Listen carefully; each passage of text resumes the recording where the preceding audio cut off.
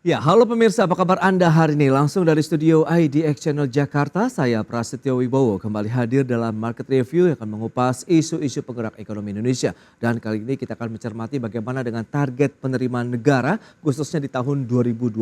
Begitu yang sudah disampaikan oleh Presiden dalam era PBN tahun 2025 mendatang, nyaris 3.000 triliun rupiah. Seperti apa nanti tantangannya? Langsung saja kita mulai Market Review selengkapnya.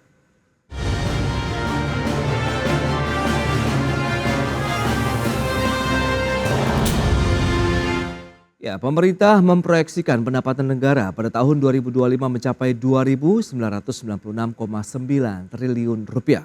Adapun dalam upaya mencapai target penerimaan perpajakan, pemerintah akan melanjutkan reformasi perpajakan. Presiden Joko Widodo menekankan pentingnya pengelolaan pendapatan negara dan pembiayaan yang hati-hati sebagai langkah strategis dalam mencapai target-target ekonomi dan kesejahteraan masyarakat. Jokowi mengungkapkan pendapatan negara tahun 2025 ditargetkan sebesar 2.996,9 triliun rupiah.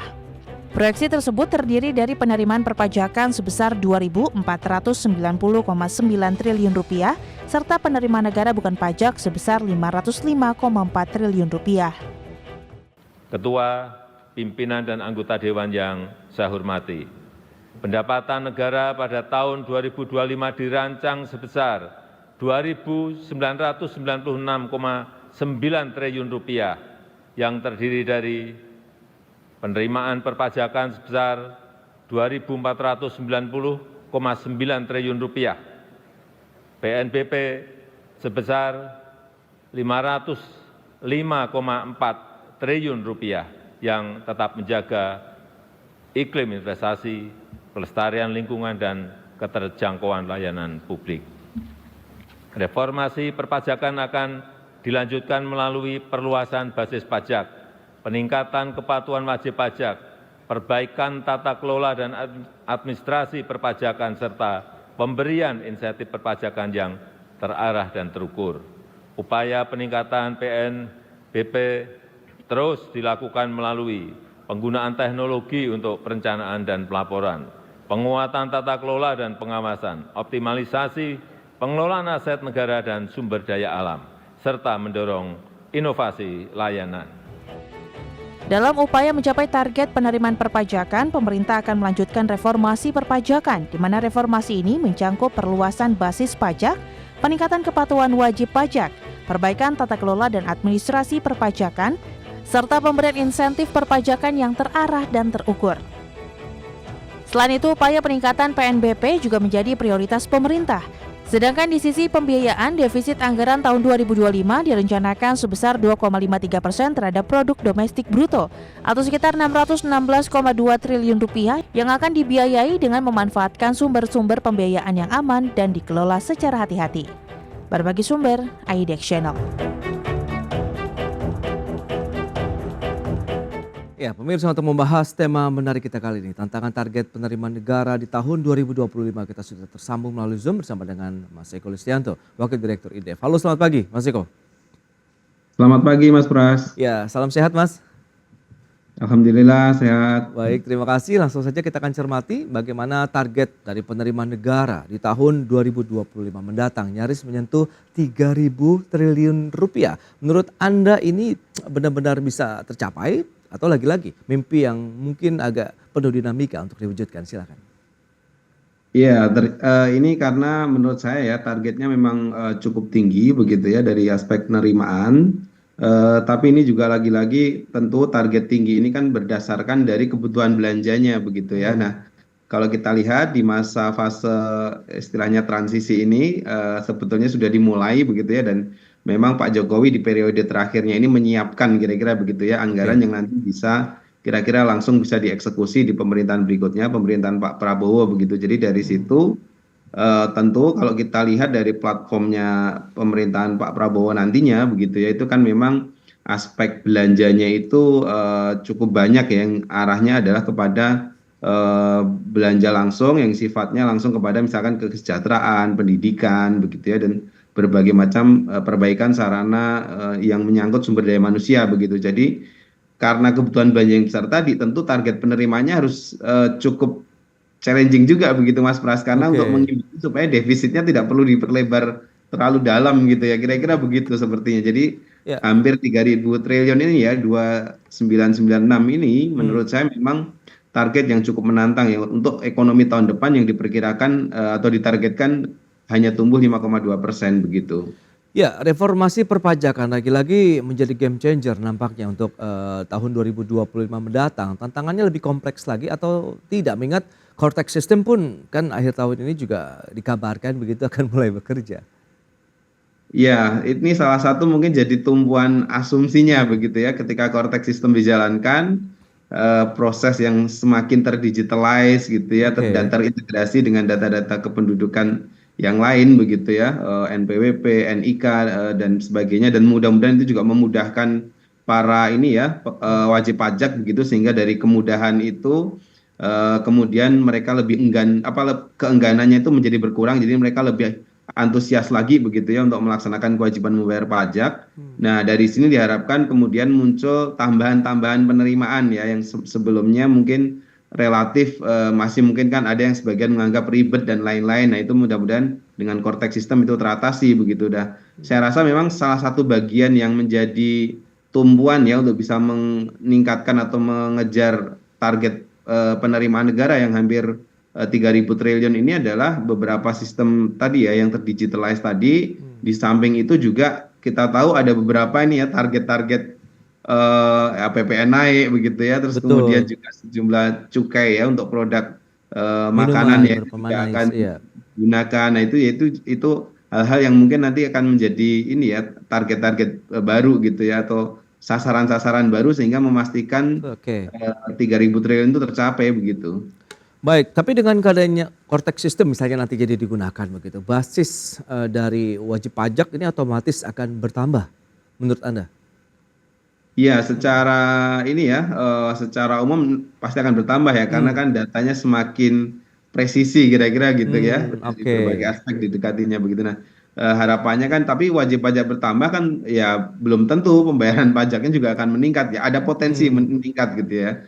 Baik, At baik. least nanti potensi ini bisa dioptimalkan begitu kan. Nah, dengan data yang lebih banyak begitu ya, lebih baik begitu. Nah, tapi tantangannya sebetulnya Mas Pras adalah situasi ekonominya begitu. Yes. Katakanlah di dalam target-target penerimaan negara khususnya pajak itu juga ada misalkan ada PPN tadi sudah saya singgung ya, ada PPH juga, PPH badan. Nah, Ya. PPH badan ini sebetulnya untuk 2025 ini tergantung situasi tahun ini sebetulnya 2023 dan 2024 begitu, di Hmm. mana tahun ini kita tahu sampai pertengahan tahun ini sebetulnya ya dunia usaha, dunia industri itu sebetulnya dalam kondisi tertekan lah saya katakan begitu ya. Baik. Dari aspek penjualan mereka juga moderat, bahkan ada yang Ah, turun drastis begitu. Jadi ya. 2025 belum tentu PPH badan itu mencapai target ya seperti yang direncanakan di RAPBN kemarin begitu. Menarik. Kalau kita cermati dengan kondisi psikologis lah masyarakat saat ini begitu, di mana kita tahu deflasi terjadi dalam beberapa bulan terakhir, kemudian PMI manufaktur kita yang sudah meninggalkan level ekspansi. Apakah ini menjadi sinyal sebenarnya lampu kuning tidak sih untuk perekonomian nasional atau memang siklikal saja begitu yang terjadi saat ini? Ya, saya lebih menganggap ini sebagai benar-benar lampu kuning ya, mendekati Hmm. merah begitu ya. Oke.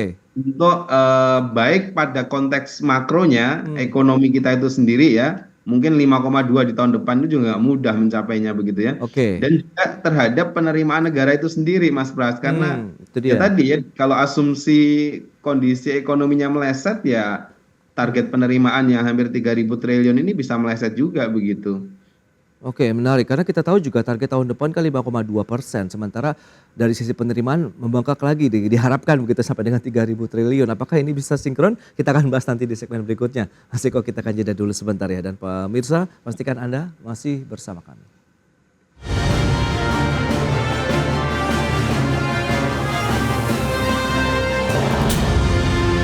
Ya, terima kasih Anda masih bergabung bersama kami dalam Market Review. Pemirsa, berikut ini kami sampaikan data untuk Anda terkait dengan proyeksi penerimaan dan juga belanja negara di tahun 2025 mendatang. Seperti yang sudah disampaikan Mas Eko tadi di segmen sebelumnya, memang ini menyesuaikan dengan jumlah dari rencana belanja pemerintah begitu yang akan dilakukan di tahun depan. Di mana dari sisi penerimaan negara, tadi targetnya ada 2.996,9 triliun rupiah atau nyaris 3.000 triliun. Yang terdiri dari pajaknya 2.490 triliun, kemudian ada 505,4 triliun untuk penerimaan negara bukan pajak. Kemudian belanja negaranya ada rencana sampai dengan 3.613,1 triliun rupiah, di mana belanja pemerintah pusat 2.693 triliun, sementara transfer ke daerah dan juga dana desa mencapai 919,9 triliun rupiah. Berikutnya, arsitektur APBN 2025. Kesehatan ada 197,8 triliun, pendidikan 722,6 triliun, kemudian infrastruktur 400,3 triliun, ketahanan pangan 124,4 triliun, dan juga perlindungan sosial yang mencapai 2.996,9 triliun rupiah. Baik, kita akan lanjutkan kembali perbincangan bersama dengan Mas Eko Listianto, Wakil Direktur Indef. Ini menarik, kalau kita lihat tadi memang belanja negaranya yang mencapai 3.613 begitu. Nanti tetap akan ada defisit, tapi menurut Anda bagaimana dengan perkembangan defisit APBN kita begitu di tahun depan, Mas Eko? Iya, secara umum ya tadi disampaikan defisit di tahun depan itu kan sekitar 2,5% ya. Oke. Soalnya untuk kira-kira secara growth natural gitu ya, itu 2,5% ini ya cukup tinggi gitu karena kita biasanya men-setting RAPBN itu dengan defisit di bawah 2,5% gitu. Walaupun nanti dalam perjalanannya juga dilihat situasi ekonominya begitu ya. Tapi dengan defisit sudah dipatok katakanlah di awal ya di rancangan ini 2,5%, maka kemungkinan ke depan ya syukur-syukur tidak sampai di atas itu gitu karena biasanya kalau mendekati angka 3% itu akan membuat fluktuasi sendiri ya di pasar keuangan begitu. Tapi memang kalau melihat situasi ekonomi tahun depan ya ada kemungkinan juga ya defisit bisa melebar begitu. Katakanlah tahun ini saja Mas Pras ya, sekarang defisitnya itu sebenarnya masih kecil ya. Tapi sudah disetting atau di outlook-kan gitu ya sampai akhir tahun itu sekitar 2,7 begitu. Artinya akan melebar dari RAPBN 2024 yang 2,29. Nah, tahun depan RAPBN-nya itu 2,5 begitu ya. Kalau kemudian ada ekonomi yang mungkin lebih bergejolak ya bisa lebih tinggi dari itu gitu. Nah, lantas bagaimana kalau dampak-dampak tadi ataupun faktor-faktor tadi akhirnya memberikan satu tekanankah terkait dengan target penerimaan negara di tahun 2025 mendatang seperti yang tadi sudah disampaikan, ada pelemahan daya beli masyarakat, PMI manufaktur turun begitu, dan faktor-faktor lainnya global belum lagi yang menjadi salah satu acuan dari beberapa negara di mana PMI manufaktur negara-negara ASEAN pun juga mengalami hal yang sama, Mas Eko. Ya, saya rasa memang terkait defisit ini nanti ya kemungkinan tahun depan memang bisa saja melebar gitu. Karena ada dua faktor yang menyebabkan ini ya. Pertama aspek ekonomi fundamentalnya memang kayaknya tahun depan juga belum tentu lebih baik dari tahun ini ya secara kelihatan dari data-data makro. Yang aspek kedua yang menarik ini di pemerintahan Pak Prabowo nanti adalah Badan Penerimaan Negara ya, sebuah institusi baru gitu ya kira-kira ya. Karena ini kan biasanya butuh adjustment ya, butuh aspek yang inilah kira-kira di kelembagaannya itu ya, butuh proses untuk penyesuaian di kelembagaan. Tapi target pajak sudah disetting udah naik gitu ya, hampir sekitar ya 300 hampir 300-an triliun ya dibandingkan dengan outlook tahun ini begitu. Jadi kebayang nih dari sisi kelembagaannya sedang menyesuaikan diri gitu ya. Tapi kemudian sudah dihadapkan dengan target yang lebih tinggi, jadi mereka harus ngebut ya kira-kira gitu ya, baik adjustmentnya secara internal berkoordinasi maupun juga mencari ya, pemasukan baru ya seperti yang dipidatokan oleh Pak Jokowi tadi begitu. Jadi ini gambaran-gambaran yang menurut saya tidak mudah untuk mencapai hampir 3.000 T penerimaan negara tahun depan, dan implikasinya ya kalau kemudian nggak tercapai bagaimana ya, masih ada ruang memang yang memperlebar defisit gitu ya, itu mungkin yang akan terjadi begitu ya di tahun depan. Oke, berarti kalau memang defisit melebar, kita harus mencari sumber pendanaan baru, misalnya menerbitkan surat utang dan lain-lain? Pilihannya paling itu ya, kalau opsi lain agak susah ya, tapi surat utang kemungkinan begitu. Apalagi kan tahun depan ini juga ada gambaran bahwa suku bunga akan kecenderungannya turun ya. Fed Fund Rate ini sudah ada yang memproyeksi katakanlah 94% ya sekitar itu akan turun nanti kira-kira mulai turun di September dan seterusnya begitu ya. Oke. Nah itu kan mungkin akan membuat katakanlah SBN kita menjadi lebih menarik gitu ya dengan bunga atau yield yang biasanya itu cukup tinggi begitu ya di level ASEAN lah kira-kira gitu. Jadi Baik. dari situ ada peluang nih gitu ya untuk menambah SBN begitu. Kalau dengan asumsi target penerimaan tadi tidak tercapai ya dan kemungkinan tidak tercapainya menjadi lebih tinggi gitu. Seperti tahun ini juga kita lagi berusaha ya untuk mencapai target ya dari Oke. penerimaan negara yang juga belum mencapai ini ya sesuai rencana begitu. Nah itu dia, berarti alih-alih kita ingin meningkatkan pendapatan justru utang yang bertambah nih dikhawatirkan tahun depan Mas Iko. Ya, Hmm. ada resiko itu ya, tapi Hmm. tentu saja ini banyak sekali yang harus kita lihat ya. Jadi Ya. aspek tadi kelembagaannya, situasi Hmm. makronya, dan juga mungkin termasuk leadernya sendiri ya, Menteri Keuangannya siapa nih gitu kan, itu kan Iya menentukan kan. iya. Jadi kira-kira gambaran nanti cara memanage APBN gitu ya, Iya. keuangan itu akan sangat menentukan juga begitu. Nah lantas strategi apa yang perlu dicari lagi ataupun mungkin disiapkan oleh pemerintah berikutnya kalau memang ini nanti masa transisi karena di masa transisi saja sudah ada beberapa reshuffle begitu di Kabinet Indonesia Maju. Memang nanti ya banyak orang bilang ini memang dipersiapkan untuk nanti pemerintahan berikutnya Mas Eko. Apakah ini ya itu dia sinyal keberlanjutan masih akan terjadi terus atau bagaimana? Ya, ya ini kita tadi bicaranya soal tantangan begitu ya Mas Iya. Pras ya. Sebetulnya ada juga modal kita yang menurut saya lebih baik dibandingkan katakanlah pemilu sebelumnya ya. Oke. Yang kemudian kan ramai sekali di medsos ya pemilunya sudah berakhir. Mhm.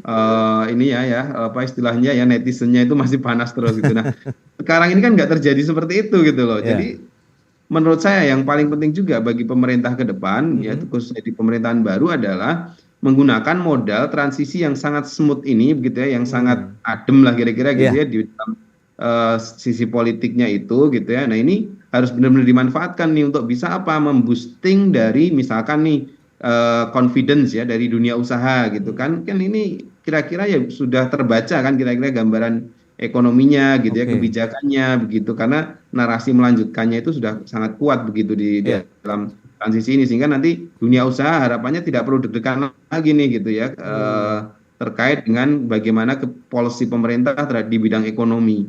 Yang kedua juga yang paling penting ini saya rasa investasi ini menjadi kunci banget begitu untuk katakanlah aspek mengejar target penerimaan negara 3.000 triliun tadi begitu ya. Iya. Bukan berarti investasi baru masuk langsung dipajaki ya Mas Pras ya, Oke. tapi bagaimana memastikan Mmm. investasi yang masuk kalau banyak investasi masuk itu kan kemungkinan pertumbuhan ekonominya jadi lebih baik gitu ya, Betul. penciptaan lapangan kerja gitu ya, dan ya pemanfaatan sumber daya begitu. Faktor yang lain yang menurut saya juga menjadi pembeda adalah beberapa program Pak Prabowo ini memang punya potensi untuk mengungkit ekonomi lokal ya, Mmm. UMKM Oke. katakanlah begitu ya, ada makan bergizi, ada juga aspek pembenahan ini ya, sekolah dan lain-lain itu kan semua Mmm. butuh tenaga kerja gitu ya, dan ini butuh sumber daya lokal kira-kira gitu dan itu harus dioptimalkan begitu untuk mendongkrak supaya nanti oke mungkin Iya. pertumbuhan ekonomi akan 5,2 tapi at least pemerataannya terjadi gitu ya. Jadi yang Oke. kue itu dinikmati oleh juga kelas bawah ya, kelas menengah bawah lah kira-kira gitu. Kalau itu terjadi sebetulnya ada potensi tuh katakanlah PPN gitu ya ataupun juga penerimaan negara yang lain itu nanti bisa lebih bagus gitu karena Iya kan iya sistem iya. korteknya juga mulai jalan gitu ya. Jadi Itu dia mudah-mudahan dari semua strategi itu gitu kita ya. berharap itu bisa Apakah ada tercapai juga gitu. sumbangsi ataupun kontribusi dari sektor dunia usaha begitu di mana beberapa tahun terakhir kan ya kita tahu banjir insentif diberikan begitu. Apakah nanti tinggal menuai hasilnya di tahun 2025 kita akan bahas nanti di segmen berikutnya Mas Eko. Kita akan jeda kembali sebentar dan pemirsa kami akan segera kembali usai pariwara berikut ini.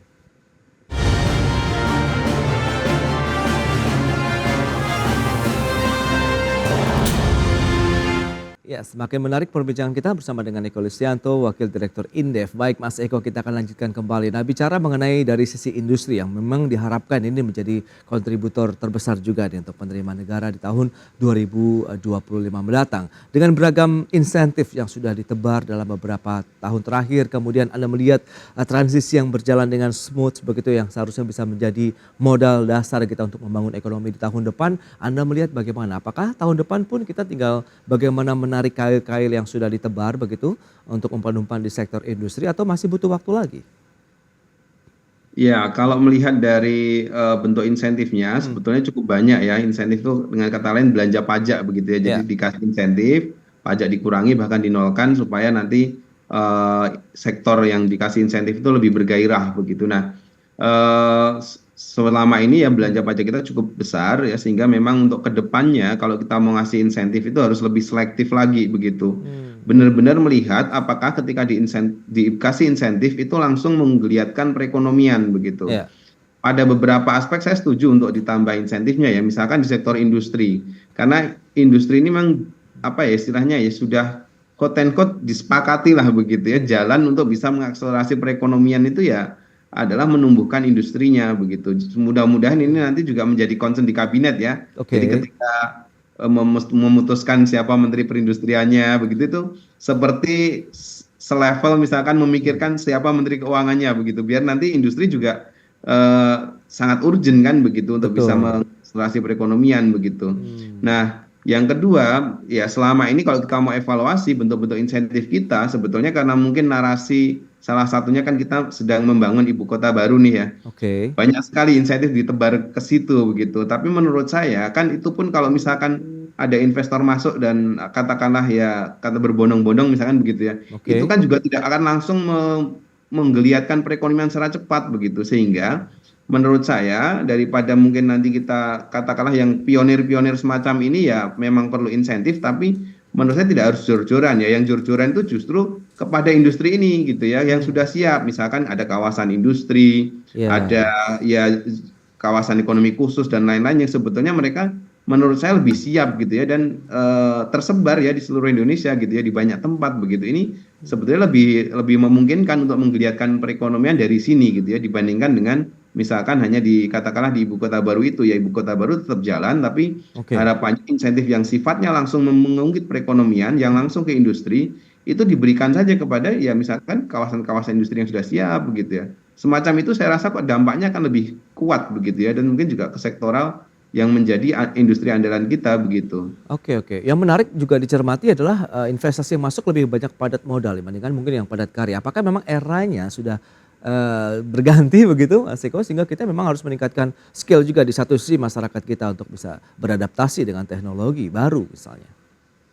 Iya, ini sebetulnya pilihan dari strateginya Mas Hmm, Pras ya. Kalau ya padat modal atau padat karya itu dua-duanya tentu kalau yang datang padat modal nggak perlu kita tolak kira-kira begitu ya. oke. Tapi di dalam negeri urgensinya kan kita butuh juga yang padat karya begitu supaya bisa memastikan nanti investasi itu punya impact kepada penyerapan tenaga kerja yang banyak. Nah, apa yang harus dilakukan menurut saya ya katakanlah misalkan kita punya satgas investasi gitu ya atau Yes. apalah gitu namanya gitu ya policy yang sifatnya itu ini ya membuat lintas departemen, lintas kementerian begitu. Nah, itu usahakan juga gitu ya, jangan hanya melihat agregat dari investasi yang masuk gitu, tapi pastikan juga dari aspek penyerapan tenaga kerjanya juga begitu. Kalau selama ini kan mungkin karena narasinya hilirisasi ya, yang sangat memang yaitu nggak mau apa mau nggak mau memang harus padat modal kira-kira gitu ya, karena di awal membangun pabrik dan lain-lain yang itu mengolah sumber daya alam yang besar gitu. Nah, tapi di luar itu menurut saya ya ke depan UMKM begitu. Ya, Bagaimana investasi di level UMKM juga lebih mudah begitu ya. Terus kemudian juga lebih katakanlah di-touch lah dengan kebijakan ya dari berbagai lintas kementerian gitu kan. Kita punya Kementerian Koperasi dan UMKM, ya kita punya Kementerian Investasi, kita juga punya macam-macam lah gitu ya. Dan itu kalau bisa lebih berpadu, menurut saya kok bisa jadi pembeda begitu ya antara figur investasi katakanlah 5 tahun ini dengan mungkin 5 tahun nanti di pemerintahan baru begitu ya supaya balance gitu. Jadi yang datang dengan modal banyak ya kita terima gitu ya, ya. yang datang dengan potensi tenaga kerja banyak, ya harus diusahakan. Itu justru yang lebih penting untuk di-touch dengan kebijakan begitu. Oke, berarti proyeksi Anda bagaimana tahun 2025 mendatang terkait dengan target penerimaan negara yang nyaris 3.000 triliun tadi? Apakah memang ya cukup terseok-seok kah, atau memang kita bisa mendapatkan satu sumber pendapatan baru misalnya dengan PPN 12%, tadi dengan insentif juga yang sudah ditebar?